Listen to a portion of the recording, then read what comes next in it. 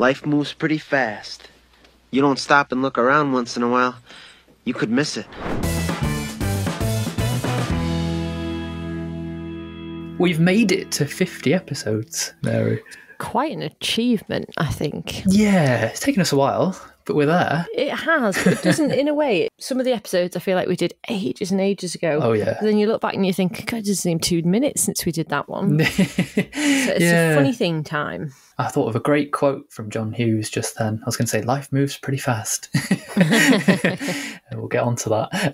We're going to do John Hughes this week. We don't usually sit and do just fun comedy films, so it's definitely different. It's been a different experience, this one. Much harder, I think, for me, because I'm quite sort of analytical and stuff. Yeah, these are just audience-friendly 80s movies. There's not really lots to unpick in terms of what he was necessarily trying to achieve with them, other than to, make sure an audience enjoys the experience. Yeah. John Hughes really captures a period in time. Absolutely. Most of his biggest work is between the period of the very early 80s and the late 80s. So you're only looking at really maybe 8 years, which in the grand scheme of things, not a lot of time. But so many classics in just a small period of time. Yeah, he had a huge impact on cinema at that time. Yeah. So we're going to cover 6 of the 8 that he wrote and directed. He didn't direct all of the films that he wrote, but these are the major ones. Yeah. He was a huge, very prolific writer for the time anyway. Even the films that he didn't direct, you will have seen. He wrote Home Alone for a start, and, you've got Beethoven in there, which was a 90s classic, Flubber, Miracle on 34th Street, Dennis the Menace, 80s and 90s things that we know so well. National Lampoon's Christmas Vacation. Lots of National Lampoon, Yeah, so he had a very big impact on the 80s and 90s, whether people knew that his name was on it or not. He actually started out writing jokes for comedians like Joan Rivers and that wouldn't surprise me, actually. Yeah, interesting sort of career path, isn't it? To start just almost scribbling things on bits of paper, I suppose, and then doing what he did. So this episode we're going to be covering 16 Candles, The Breakfast Club, Ferris Bueller's Day Off, Weird Science, Planes, Trains and Automobiles, and Uncle Buck. It was a new time for movies. People could go home and watch them over and over again, which kind of changed the way that movies were made and the type of movies that were made. Yeah, they were made to please over and over again, weren't they? Exactly. So, should we start then with 16 Candles? From 1984. It's a brand new year. I'm 16. Everything should be platinum. I should be happy, right? Right? Oh, well, okay, this was a first-time watch for me. Stars Molly Ringwald, who I think it's fair to say was John Hughes' muse. Yeah, I think that's fair. Yeah, she appeared in a few. I think they all sort of appeared in a few. She was part of this Brat Pack group of actors that were very popular in this stage. So she plays someone called Samantha Baker, and she turns 16, believe it or not, on the eve of and sort of in the shadow of her sister's wedding, her older sister, and she's got this dysfunctional family. They've got relatives arriving, everyone's rushing, getting ready for school and for work, and as a result they just completely forget that it's her birthday, and she has the worst day ever. 16th birthday. 16, To be honest, I think it's absolutely shitty, really. I mean, she comes down the stairs and then literally are all just like, where's my briefcase? Where's this? Have you got your lunch? You're going to have to pay for your lunch today. You couldn't even make your lunch. Yeah. It's just like, hello? Yeah. Well, you get that feeling. I don't know if it's the same with every John Hughes film, but she's not popular. She's kind of in the no man's land, really, isn't she? She's definitely not a geek at all. She's just one of those invisible types. She doesn't fit into either of the groups. She doesn't really fit into a group. Yeah, she's also probably the most sane as well in the film. Like, everyone else is really caricatured, especially adults, and that happens a lot in these films. So she feels like no one understands her. You can get that. Yeah. It's just not great, really. She just wants to be acknowledged. One thing I like about this is that John Hughes taps into something that I think we all do, and that's we kind of put expectations on different milestones in our lives, like across our lives, not just as a teenager. And ultimately, things never quite live up to plans that we make for ourselves. I love how she thought like waking up from being 15 to 16 was going to have some kind of effect. Some kind of magical difference. Yeah. Well, that's the thing though. You've assumed that there's a line, that there's an end date between being a teenager and being an adult, and that all your problems and insecurities are just going to magically disappear overnight, but they don't, and that's kind of life. And I think the film's quite realistic in that respect. Yeah. I think it's quite funny. She wakes up and she's like, no boobs, I know how she feels. I haven't got mine yet, so just hang in there. So I like that. And the other thing I think he's really good at is capturing what teenagers consider a priority in their lives as teenagers. Oh yeah, he really gets teenagers. It's like he never forgot what it was like to grow up. Yeah, it's like it could have been written by a teenager. You can tell he didn't. He has a serious problem with parents and through his movies. And school. Yeah, he doesn't like either. Like they're very relatable to teenagers because they're just adults are not portrayed very well in his movies. No, they're usually at all. Dumb, aren't they? They're dumb and they're people that you can mess around with. Yeah. There's a big montage during the opening credits as Samantha gets to school, and you can see that everyone and everything is all about appearances. It's not just how you look and what you wear, what social circle you're in, who you're with, who you've gone with, and that in particular is something that occupies Samantha's mind, because she's got this huge crush on Jake Ryan, who's this popular jock in the school. He's a man in a high school who does not look like he's a high school student. You look at all the rest of them and there's this dude. It's like, you look like at least a college student. What are you doing here? Yeah, whereas someone like Anthony Michael Hall's character looks like he's 9.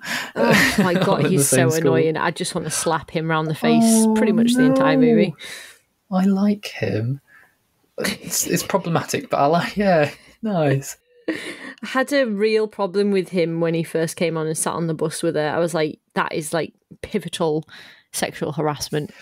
Yeah, I was just like, that is really, really bad. Yeah, there's lots of things in this that haven't aged very well, I suppose. More so than I think any of the other ones we've watched for this episode. Yeah, so Jake Ryan, he's kind of this crush that she's got. It's not based on anything other than the fact that she likes the way he looks. He's absolutely gorgeous. I mean, I totally get it. I absolutely get it. I would be exactly the same. Totally get it. You don't need anything else, really. That's it. If you've got nice hair, you don't need any charisma. It's just... just his face. They don't interact very much either. There's a nice scene, though, where she's upset that he doesn't know she exists, and her dad says to her, well, that's why they're called crushes. I think that's a very clever way of putting it, I guess. I don't know if that's why they're called that. And obviously Anthony Michael Hall, his actual character name is Geek. And I think that summarises the kind of roles he plays. He's this overconfident nerd.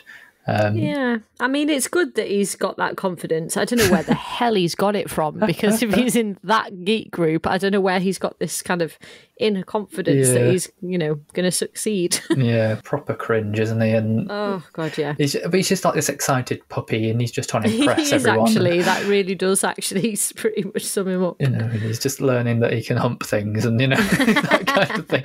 And he misreads all these situations, and he fancies Samantha, but Samantha doesn't fancy him, and then he facilitates a bit of a relationship there. And then the last thing, really, I guess, just in terms of like comedy style, you can definitely see similarities to things like National Lampoon. Yeah. I don't know how to describe them. They're kind of like little absurd moments, little glimpses of side gags and recurring side gags that just turn up in the background. They're not at the forefront. They catch you off guard, I think, because you get involved in the story, and then just as the scene ends, you'll see something. But one of my favourites is at the dance, and there's some parents who are like forcing their son to go in and dance, and every now and again you just see them dragging him back in and closing the door and holding it, and he says, I won't tell you again, start acting like a man. And another one's Joan Cusack plays a girl who's in a neck brace, and every now and again it just cuts to her and she's trying to like drink out the water fountain. I know it's John Cusack's in this as well. Yeah, they're both in here, he is another one, John Hughes, that had a kind of a talent for picking out future like stars. Yeah, absolutely. Yeah, you see a couple of faces in these films. Yeah, there's a couple in his movies that you see and you go, oh, that's a big star now. Yeah, Kevin Bacon turns up in one of mine later. Yeah, I've got Iron Man in mine, Robert Downey Jr. Of course, yeah. I guess just leading on to that last point about it being quite problematic, one of the like gags that happens is this exchange student who's randomly staying with them, very random, called Long Duk Dong. And it's just, the film's okay if you switch your brain off. It's perfectly enjoyable, but if you were to recontextualize it and look at it today, by today's standards, it's all pretty bad. It's quite sexist and racist, and there's some homophobic slurs in there. There's maybe a date rape kind of plot point going on. It's not ideal. Yeah, but no, not really. Like I said, if you can switch your brain off and go, just it was a enjoy different it for what time. it is. Yeah, then it's not so bad, and it's a fun watch, I suppose. So yeah, that's all I've got to say really on that. Okay. So moving on from there, his next movie, the very next year, 1985, which was The Breakfast Club, which is probably his most famous film. Absolutely. He's definitely remembered for this more favourably than any of his other films, I think. I'd agree with that. What in God's name is going on in here? What was that ruckus? What ruckus? I was just in my office and I heard a ruckus. Could you describe the ruckus, sir? And this really did bring the Brat Pack together. Again, you had Molly Ringwald in there, and again, you had Anthony Michael Hall in there. This one had Judd Nelson and Emilio Estevez, Ali Sheedy, all kind of huge 80s teenage stars at the time. It's an interesting film, this. Very, very simple, I think, when you break it down. It's basically about these kids who are all in detention on a Saturday for the entire day, which seems a little bit like... Yeah. I mean, extreme to me. 8 hours. Quite a long time. It's a nice room to be in, though. Yeah. Nice it's library. very, very extreme. And they're all in detention for different reasons, and they don't know each other. And basically, the film's about stereotypes, really. Yeah. Which kind of rules a kid's life in a way. But it's interesting, this film. So at the beginning, you see how their parents see them, which I thought was very interesting. So Claire, played by Molly Ringwald, her dad doesn't like leaving her at the school, and he doesn't see her leaving school to shop as an issue. And he'll make it up to her that she had to go to detention. I'm just like, the hell? So that's kind of weird. So she's obviously pampered and, all this, and you can tell that from the beginning. And then you've got Andrew, Emilio Estevez, and he's a sports guy, and his dad's just like, you can fool around, but don't get caught. Do you want to ruin your sports chances, basically? Scholarship. Yeah. I know what you mean. And then you've got Bender, Judd Nelson, he walks to school. There's no parents around, which says a lot, and you learn a lot more about his kind of upbringing later. Then you've got Brian. It very much looks like the word brain. Oh, yeah. He is the brain of the group. He is the geek. And his mother's furious and said he better make sure he uses his time to study. And he says, I don't think there'll be time for me to study. I don't think we're allowed to do anything. And she's like, well, you better make time. She's absolutely furious at this because this is not, which I think is a normal parent kind of reaction to a It's probably the most normal. Yeah. And then you've got Alison, who's Ali Sheedy, and she gets out of the car and her parents just drive off with like no recognition at all. She just so that says a lot as well. She's just completely, her parents are oblivious to her, really. Yeah. So that I thought was very interesting. And like I say, this is a film very much about stereotypes and not judging a book by its cover. And in a way, each plays up to their stereotype, really, because it's easier that way. So Claire's the princess and Andrew's the jock, and Bender especially is the bad boy, and he really plays up to that image because that's what they see him as anyway, so why the hell not? Yeah, like you say, it's easier to get through life meeting people's expectations of you. What I found really interesting about this is in many ways the kids are more intelligent than the teacher, which is scary. It's a scary thought, really. Yeah, I did notice in this there were moments like there's over the top moments anyway. I mean, he's like Bender climbing through the roof, in the ceiling tiles at one point, and them, smoking weed and dancing and stuff in there. There's lots of like over the top kind of bits in there anyway.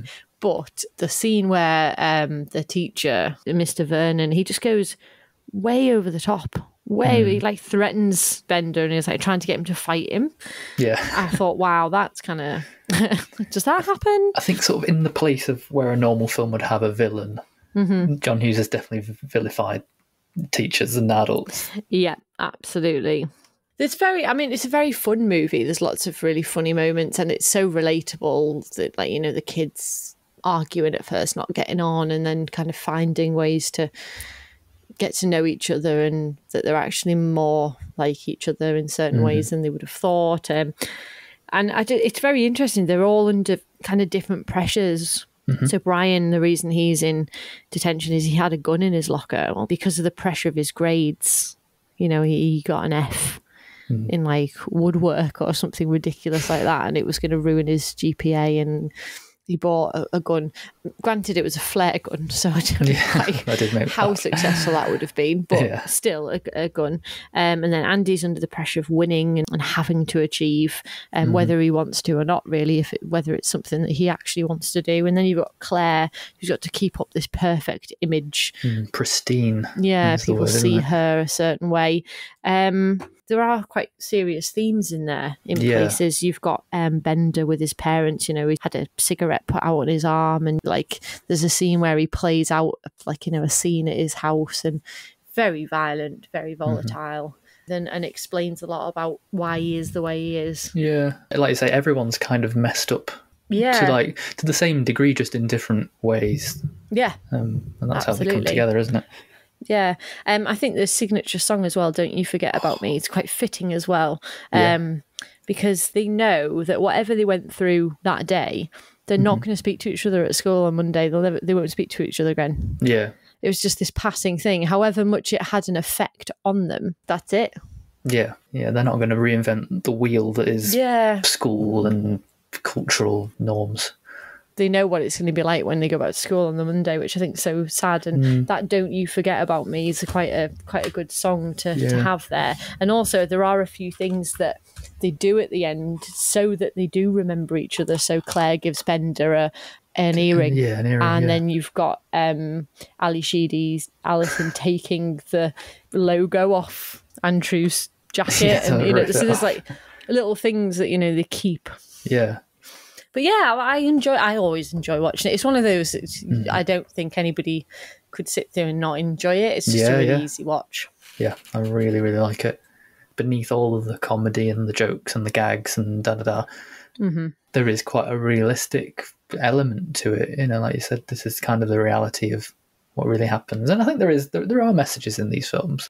Sooner or later, you'll be like, oh, it's not just fun and games. Yeah, no, it's a good one, I think, and there's a reason it's lasted. It still resonates with people because these characters are so relatable. They'll always be relatable. It doesn't matter what new generation comes up, they still relate. Yeah, I love it.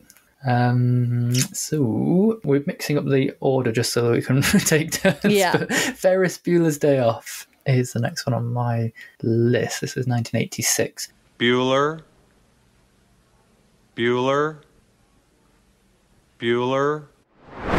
It's been a very long time since I saw this, and I don't think I enjoyed it too much the last time I saw it. I don't think I got it. I wanted you to have this one because I have only seen it once, and I know I didn't really like it that much. Well, good news. Really enjoyed it this time. I just think before I just didn't get it.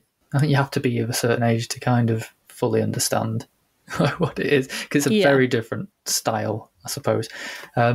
So this one, I don't know if he's meant to be 17 or 18, but he's sort of last year of high school.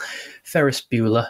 It opens and he's convincing his parents that he's horrifically unwell, and he can't go to school, and he puts on this sort of like his best cutesy baby voice, sort of golden mummy's boy act, and licks his palms so they're all clammy, and as soon as they leave for work, he's up and he's getting ready for this self-proclaimed, well-deserved epic day off because he deserves it.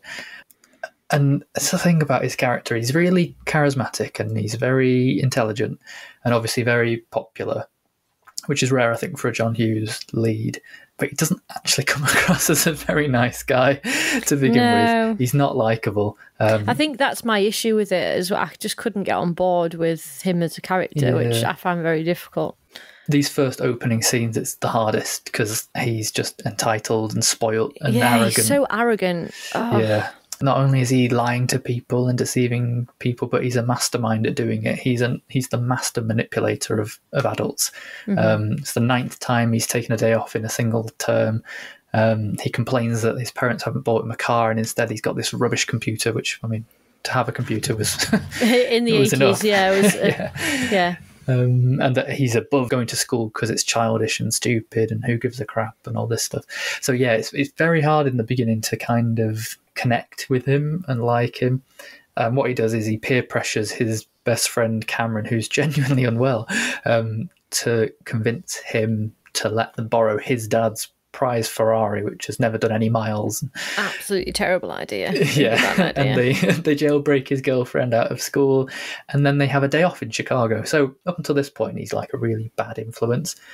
But I like films where you get to spend a day with characters. You know, it doesn't have to be a day, but it's a significant stretch of time with the characters to the point where you start to understand them a little bit more. And the ones who you at first thought might have been unlikable, you actually begin to enjoy. And in Ferris Bueller's case, I think we end up rooting for him, even though, you know, on paper what he's doing is not good. But you find yourself like wanting him to evade capture from the principal all day and have a great time. And you see what's happening in the school, and you see how zombified all the kids are and how disengaged they are, that you think he's having a much more enriching experience outside of school. And oh god, the teachers. I mean, the principal's one thing. He's just, again, he's this comical, over-the-top villain. You know, he's hell-bent on stopping skivers, pretty much. And then the teacher, Bueller, you know, they're just dull. So I don't blame him for doing it. I think it's a fantasy film, really. I don't think it's intended to be literal. And as a result, it's become a kind of legendary status. And Ferris Bueller's this hero. He doesn't exist, obviously, but he's this hero, and kids will want to be like that. And adults wish they had that outlook on life and stuff. It's another reason why that film's lasted. It resonates because all kids want to have that day, you know, and get out of school and go and have this amazing experience. And that's never going to change generation to generation. Yeah, I think it let teenagers live vicariously through Ferris Bueller. You know, he rebelled in a way that they would never have gotten away with, so they didn't have to. You know, and it's an escape, isn't it? And the fantasy of just being able to do whatever you want. And I should mention as well, he talks directly to the camera. Sorry, I should have said this earlier. He breaks the fourth wall all the way through. You know, he tells us things about people that he's with. He tells us things about himself. He asks us questions. You know, he says, if you had access to a car like this, would you take it back right away? Well, no, neither would I. And then goes on his day, and he does little looks to the camera and stuff. That's what I meant by the style being so different. Yeah. The whole thing circles back to this motto that he has. Life moves pretty fast. If you don't stop and look around every once in a while, you could miss it. So it's a seize the day film, and honestly, that is a really good message. And it's one of the best ingredients for a feel-good film, and that's the category I would put this in. It's very feel-good. Though I was questioning whether Ferris was actually the main character, because Ferris has already got everything he wants apart from a car. And he does everything, and he doesn't have any consequences. But Cameron, his friend, is the one that's like not in his comfort zone. He's not happy. He's more like a real person. Yeah. And there's this other thing that doesn't really get shown, but he's in constant fear of his dad, and we never see him. But it's something that's making him physically and mentally very unwell, and he's having this existential crisis. And the events of the films lead him to have a bit of a epiphany and a revelation. It's just interesting. I don't think Ferris is the main character, but I don't think he's the focus of the message in the film, if that makes sense. Yeah, no, I totally get that, yeah. Ferris's girlfriend says to him, you knew what you were doing when you woke up this morning, didn't you? And it makes you think, oh, has Ferris planned the whole thing, not for his own benefit, he's done it for his friend, and that's quite nice, even though they crashed the car. I wouldn't find that funny at all. That would, I'd never speak to him again. Fair enough. Frankly. Yeah, we never find out the fate of Cameron, actually. We never learn what comes of it. It's probably because it would be absolutely awful, that's why. Probably, yeah. Be grounded for life. I think so, yeah. But other than the sad parts, loads of iconic scenes. I mean, the museum scene, I don't know what it is. Even not just in this film, it's one of the most beautiful scenes, like, in a film. I can't describe it. It's very out of place in a way for the film, but it's, I don't know, it's very emotional. My favourite scene was always the Beatles song on the parade float. Yeah. That was always my favourite part. Yeah. Even though, I mean, as a film as a whole, I didn't really enjoy it, but I always loved that scene. Oh, yeah, it is good for an 80s film not to have a big dance sequence in. Could be it's kind unusual. of standard. Yeah. What else do I like about it? I love the Save Ferris campaign. The rumours just spread and spread and spread that there's something horribly wrong, with him. No matter where he goes, just little background details. He's in the newspaper. He's on the ticker tape at the ball game. And you've got Jennifer Grey in this as well, playing his sister, who just is hating every minute of it. It's like, what is this thing that people have about him? He's this awful little brother. So what the hell is this? Yeah, so funny. But he's outsmarting them all. Yeah, and she sees through it all. She sees through everything because obviously she's the sibling. I think it's really interesting as well. This came out the same year as Dirty Dancing. Oh, okay. Which is interesting because she just blew up. I mean, she is baby. And will always be known as that. But it's funny that this came out at the same time. I have a feeling this might even have come out first. Yeah, she did look a bit younger in this one, I think. Yeah, slightly. So it's an interesting one to know that they come out in the same year. Cause very different parts. Very, very different parts. And then no one ever saw her again. Pretty much, yeah. I don't remember anything else. Never mind. Oh, well. But yeah, no, I enjoyed that a lot more this time around. Good. It is funny. And it is feel good. I think that's what it is. Yeah. Cultural staple for a lot of people, that one. Like many of his others. So we're then jumping back to the year before with Weird Science. Have you ever wondered how sad it is that your son's only sexual outlet is tossing off to magazines in the bathroom? So Weird Science is a bonkers movie, I think is the only way you can say this, really. It doesn't make sense. It's there's no sense to it. There's not very much logic. This is very much a guy's movie. This one was made for the boys. So this is two high school nerds, basically. They've got, no chance with women, girls whatsoever. And they decide how the hell this even happens. I don't know. They're watching Frankenstein on the telly. And again, this is Anthony Michael Hall in this. And is it Ian Mitchell Smith? Mitchell? It's got an L in it, so I don't know. Yeah, it's Ilan Mitchell. Mitchell Smith. Elaine? I don't know. I can't say his name. But these two guys, so they're at Wyatt's house, which is Ilan Mitchell Smith, if that's how you say his name.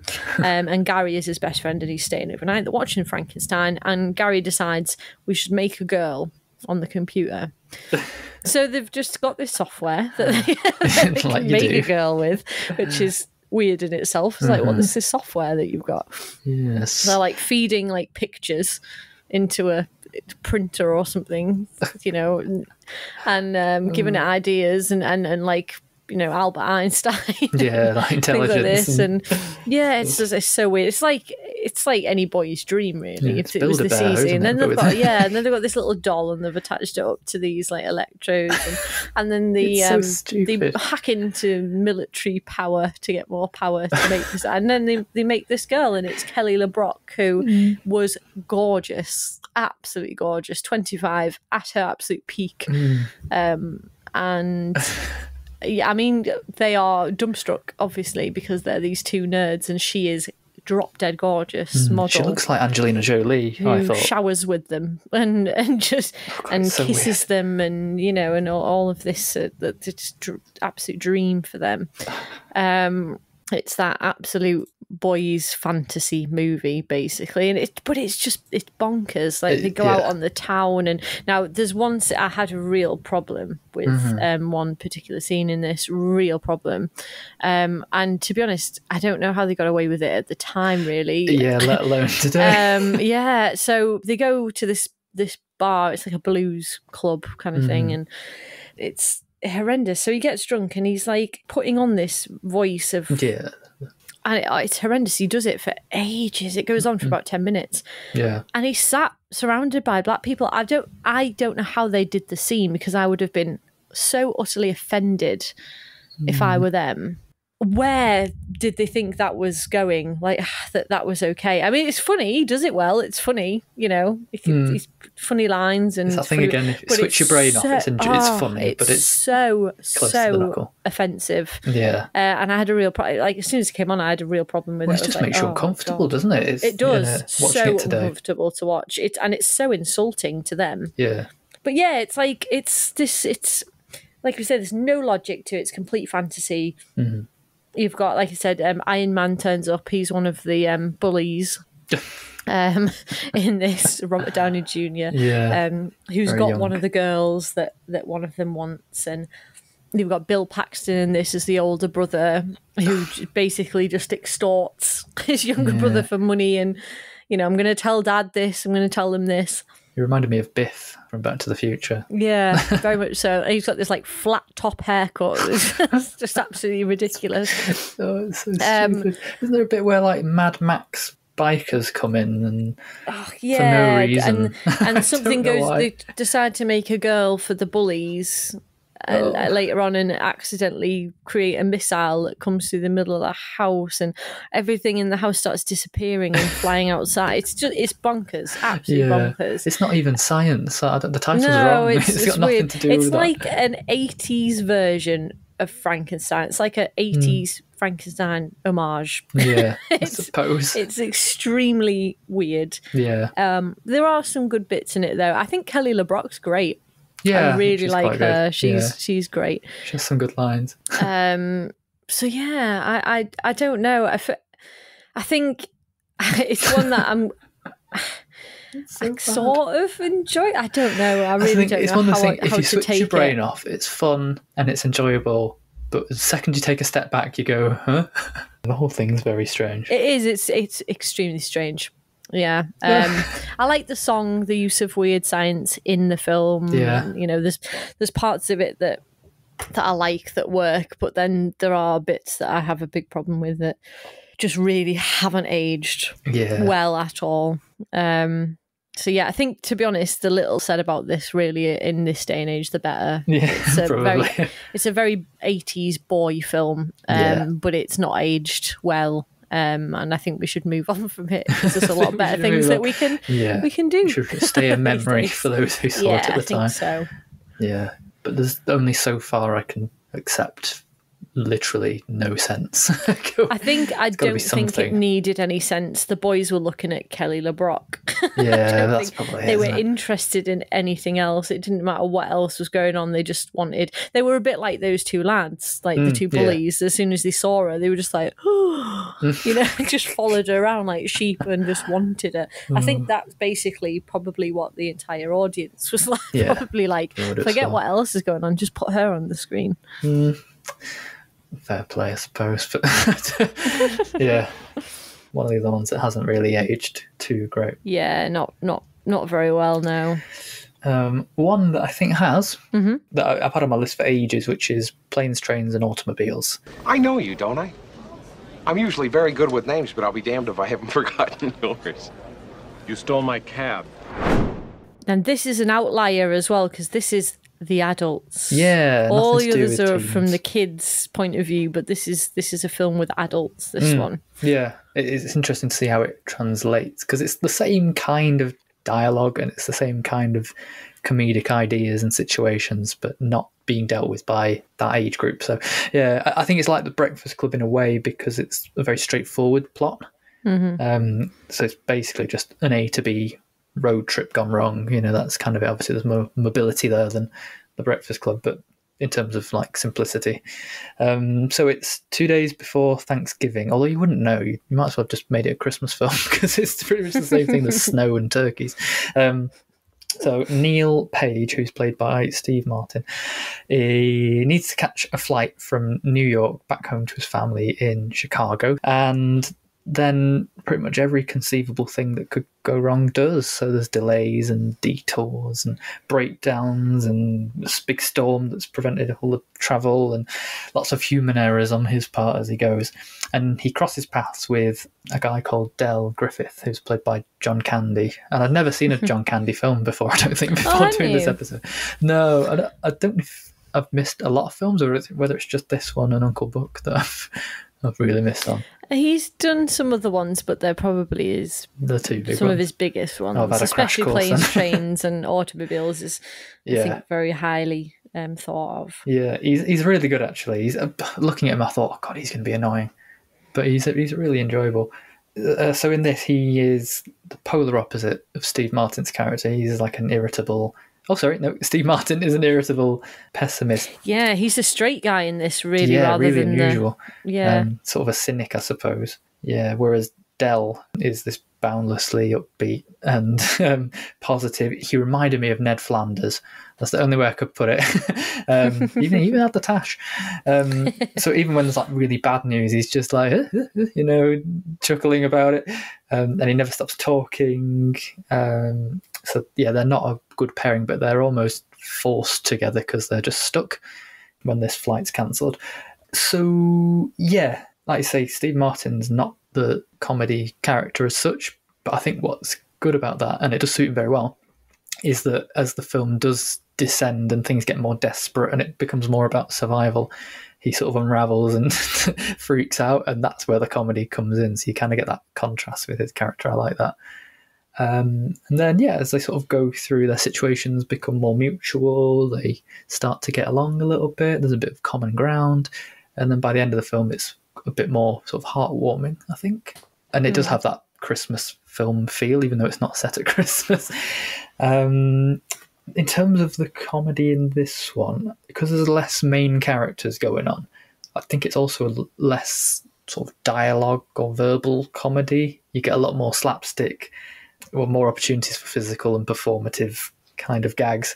Mm-hmm. I feel like the quality of this is higher. Yeah. Like, you're working with like proper actors, not kids, and not that the kids aren't proper actors, but you're working with like seasoned veterans, really, and who really know what they're doing. Yeah, and they really thrive at doing these sort of situational set pieces. I love the scene in the bedroom at the hotel, the first hotel they go to, and they see there's just one double bed, and there's just silence. Again, not a lot of non-verbal comedy, and they're just looking at each other back and forth for ages, thinking, oh God, what's the other one thinking? And then the one of them says, do you want to take a shower? No! No. And then when they wake up in the morning, spooning, and he's like, where's your other hand? It's between two pillows. Those aren't pillows. And then immediately they're like, yeah, did you see that Bears game last night? They just can't cope. I enjoyed that. And lots of little side characters come in. There's the lady at the rental car desk who he swears at 19 times in the space of a minute and stuff like that. You can definitely see the influence again from things like National Lampoon and films like Airplane. And then in turn, the influence it's had on things like Rat Race. I know that's also based on It's a Mad, Mad, Mad World and stuff. So yeah, as a verdict, I mean, it was funny. I wouldn't say I found it outrageously funny, but again, I think it's been done before, and I think it's been done slightly better with things like Airplane and things like that. So yeah, I liked it. I did like it. And it does take that interesting shift towards the end. For a time you think, oh, has the novelty just worn off? I'm not laughing anymore, but it is doing a deliberate shift to make it a message about family and stuff. There's a bit of a twist actually at the end with Del's character. But yeah, I did enjoy it. It's one to tick off the list. It's been there forever. And yeah, if you like that kind of film, that kind of slapstick, things going wrong time after time after time, then yeah, I do recommend that. Good, great performances. I think more than anything, it's the two leads. Yeah, I need to rewatch this. I've only seen it once, but I remember really enjoying it. So it's definitely on my list. I'm trying to wait until a bit closer to kind of Christmas. December. I was going to say, it's not Christmas film, but it is. Do it in November, maybe, because that's around Thanksgiving, isn't it? So I'll do it around that time. I wonder if they're trying to play up on the idea of thankfulness, I guess, that the message in the end with Dell and whatnot. Yeah, that's very good. I enjoyed it. So the last one, is it the last one? Yeah, I think so. It is the last one. The last one on the list is Uncle Buck, another John Candy, and this is an actual starring role. He is he is Uncle Buck. Title. So this is his movie, really. How you doing? Who are you? I'm your Uncle Buck. Do I have an uncle? Unfortunately. I'd never seen this. This was a first watch for me. Oh, I hadn't either. And it's a interesting film. It's got some good moments in it, but there were kind of moments that I didn't really get on board with so much. So this is a film about two really crap parents. I'm just going to say it now. They are crap parents. They have no idea what the kids want, who they are. There's just no relationship with them whatsoever. They're absolutely useless. Rubbish. So, I mean, I'm with the kids straight away. Macaulay Culkin's in this, one of his very early roles before Home Alone. And he's great. I really liked him. Yeah, he's growing on me. Yeah. And Gabby Hoffman plays the other young kid. And then you've got an older teenager called Tia. So the two younger ones are Miles and Maisie, and then you've got Tia, who's a teenager. She's about 15. And the mother's dad has a heart attack in the middle of the night, and they have to go. The parents have to go and see him, but they need someone to babysit, and there's just nobody else apart from the dad's brother Buck, who is like a grown-up man-child, who has no kind of responsibility, no steady job, no real responsibilities in life. He's kind of like, he gains most of his money through betting by the sounds of it. Not that we see any of it really, but you kind of get they talk about horse racing quite a lot. Yeah, that impression. And his girlfriend's played by Amy Madigan, who I really like. I like her and everything I've seen her. And she plays Shanice, his girlfriend, who like, I don't know what she's with him for really, because he is a bit of an idiot, and every time he's nice enough, but he's not pulling his weight, is he? Proves every time that he's just not, not very reliable. Yeah, so she just keeps coming back. I don't know what for, but she's good in this as well, and he ends up going and looking after the kids, and the teenager Tia, oh my God, she just hates him, absolutely hates him. Like, what are you doing to my life? Why are you here? He drives this awful car, which is falling apart, and it makes this sound like a bomb going off every time it stops. And I quite like that though. Every time he pulls up somewhere, you're waiting for it. Yeah, and it's just so embarrassing for her. She's just in front of the school, and she's got this boyfriend who's an absolute dick, who's only out for one thing, obviously. And she doesn't realise, kind of the extent of it, but Buck does. Yeah. She's trying to keep up those appearances again, isn't she? To fit in. The kids kind of love him because there's, for Miles' birthday, there's a scene where he makes these huge pancakes, and I'm not talking like huge, I'm talking like enormous, like the entire like sausages all around the base. Yeah, it's sausages. Like, I mean, how could you not love someone like that? And he takes them bowling, and I like it when when he stands up for, is it Maisie? I forgot her name. At the school. That's what I was coming to that. So like, there are moments where, I mean, you can see Buck's a complete screw up, and like just as an example, he goes into the house and he sees he's got these decorative plates. Yeah. And he like drops one, and he's like, oh shit, and he's like, oh, it must be shatterproof. So he smashes it into the side of the table, and it breaks. It's like, are you that stupid? So he's that kind of, I mean, that sums him up really as a person. But there are real moments when he excels. So he takes them bowling, and he like really kind of backs off this guy who's trying to kind of flirt with the teenager, and he's a proper bad. You can just tell he's a bad guy. And then he punches away the drunk birthday clown because it's not appropriate for kids. He's been drinking, so you can just get lost now, and he just beats the guy. He keeps Tia from doing anything with the boyfriend, you know, like threatens the boyfriend and makes him feel really Gets uncomfortable. his drill out and his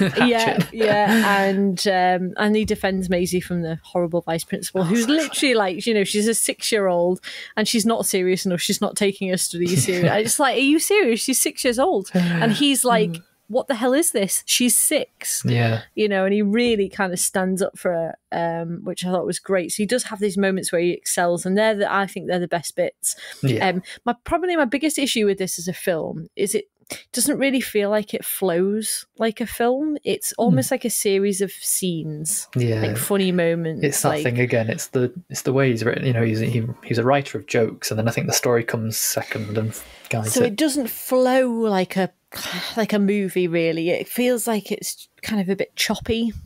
Well, a lot of the films we've done, they'll always have a scene involving a car. They'll have a house party scene. They'll have a scene in the school. They'll probably have some kind of awkward dinner. He knew what follow worked, the same and patterns. they were very successful. So it's like, right, well, okay, we've got to have this scene, and now we've got to have this scene. You know, so so he did very much in a way play it safe, and he knew, you know, like I said, they knew what worked though. You know, there's a formula, isn't there? Absolutely. But it works. It works. Yeah, it really I works, like you know? this one. I liked it more than I was expecting to. I think this is why John Candy was so popular, is because he was so likable as an actor. He really comes across that nice guy, and he was apparently a really lovely guy, and it comes across on the screen. You know, that really does come across, and I think that's what makes it work.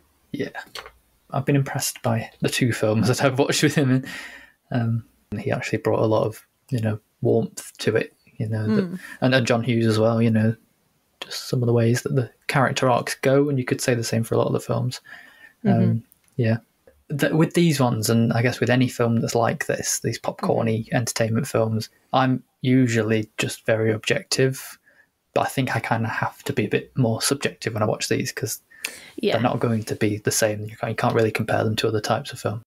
Yeah, this is no Sophie's Choice, you know, or Gandhi. It's no Sophie's Choice. You know, very great filmmaking. That's not what they're made for. It's not. I think everybody kind of has different lists, don't they? The films that you rate highly because they're great films, and the ones you rate because they're your guilty pleasures and stuff like that. They would be on that list. These very much fit into that list. Yeah, those ones that you would watch on a Sunday afternoon. You know, just something to make you feel relaxed. And, you know, that it's that kind of atmosphere you're getting from these films. But it was good. It was worth doing because it was. None of them, like you say, you park your brain at the door almost. It's the 80s equivalent of that, really. Not big blockbusters in a sense, but just really easy watching. It requires nothing from you at all. You can just sit and watch them, and to be honest, that's quite nice sometimes to just be able to do that. So that's 6 of his best known written and directed films. Is there one that we've talked about that you would recommend? Which one would go on the pedestal? Oh, The Breakfast Club. Yeah, definitely. That sounds right, doesn't it? Definitely. There's a reason that one has lasted, and it's the one that people associate first when you say John Hughes, say Breakfast Club. You know, there's a reason for that. It's very simple. Again, like most of his plots, it's 5 kids in a school with a teacher. You're in the school pretty much in one room for most of it. There's a little scene outside with a car or 2, and that's it. You know, the rest is sort of organic, isn't it?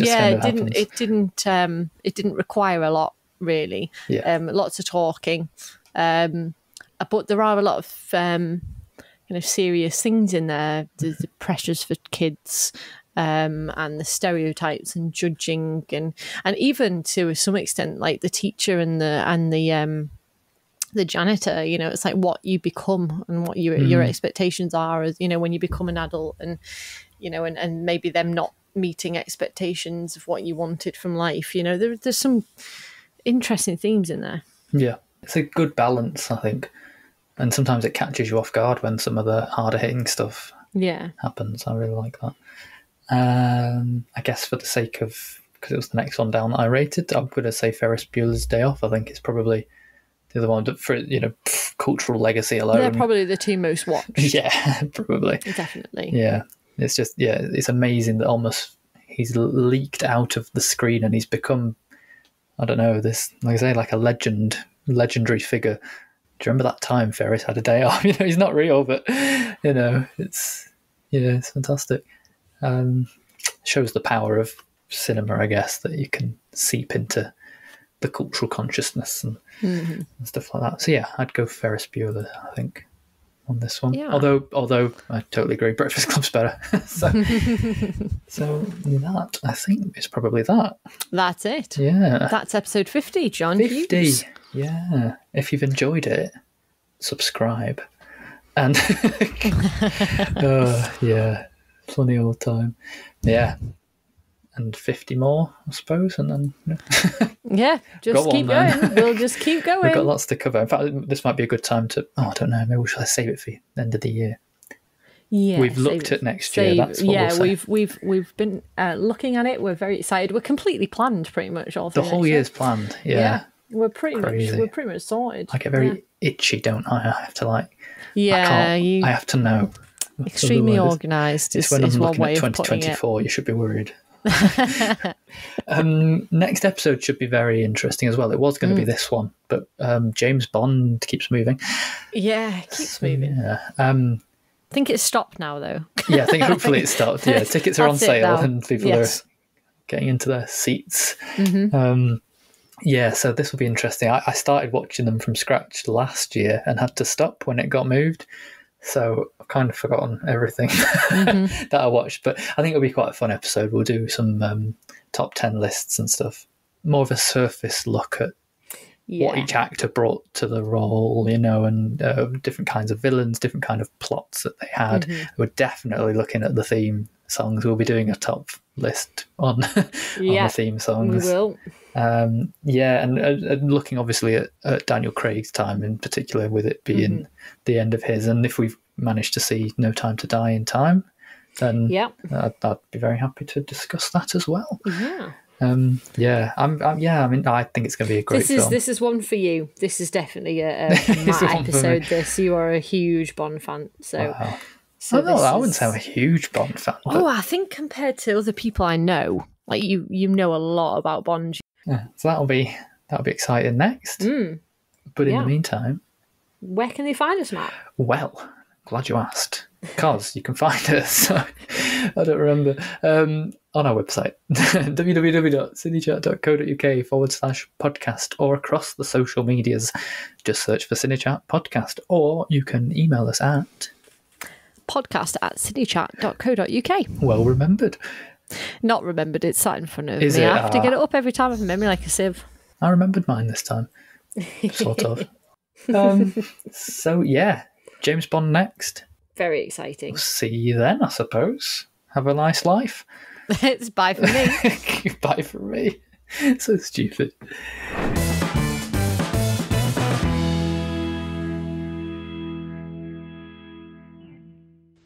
You're still here?